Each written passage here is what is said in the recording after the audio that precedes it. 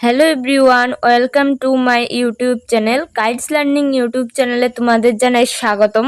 আজকে আমরা নিয়ে এসেছি অষ্টম শ্রেণীর অনুচ্ছেদ রচনা বঙ্গভঙ্গ আন্দোলন নিয়ে আলোচনা করব। বঙ্গভঙ্গ আন্দোলন ভারতের স্বাধীনতা সংগ্রামের ইতিহাসের একটি গুরুত্বপূর্ণ ঘটনা।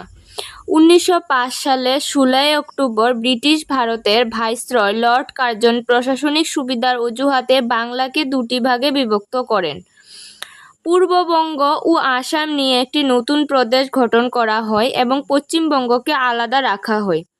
কিন্তু প্রকৃত উদ্দেশ্য ছিল বাঙালিদের মধ্যে বিভেদ সৃষ্টি করে জাতীয়তাবাদী আন্দোলনকে দুর্বল করা।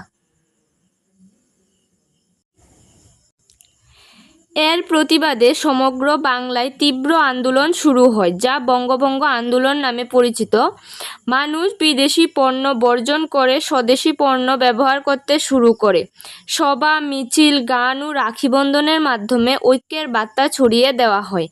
রবীন্দ্রনাথ ঠাকুর সহ বহু নেতা, শিক্ষিত সমাজ এই আন্দোলনের অংশগ্রহণ করেন। দীর্ঘ আন্দোলনের ফলে ব্রিটিশ সরকার 1911 খ্রিস্টাব্দে বঙ্গভঙ্গ রদ করতে বাধ্য হয়। বঙ্গভঙ্গ আন্দোলন ভারতীয় জাতীয়তাবাদীকে শক্তি করে এবং স্বাধীনতা আন্দোলনের গতি এনে দেয়।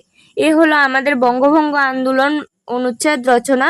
আমাদের ভিডিওটি যদি ভালো লেগে থাকে অবশ্যই আমাদের চ্যানেলটিকে সাবস্ক্রাইব করে রাখবে নতুন নতুন ভিডিও দেখার জন্য, এবং তোমার বন্ধুদেরকে শেয়ার করে দেবে তারাও যাতে উপকৃত হয়। যদি আমাদের ভিডিওটি ভালো লেগে থাকে এবং নতুন নতুন ভিডিও পেতে চাও অবশ্যই আমাদের কাইটস লার্নিং ইউটিউব চ্যানেলটা সাবস্ক্রাইব করতে হবে এবং আমাদের ফেসবুক পেজটি ফলো করতে হবে। ধন্যবাদ।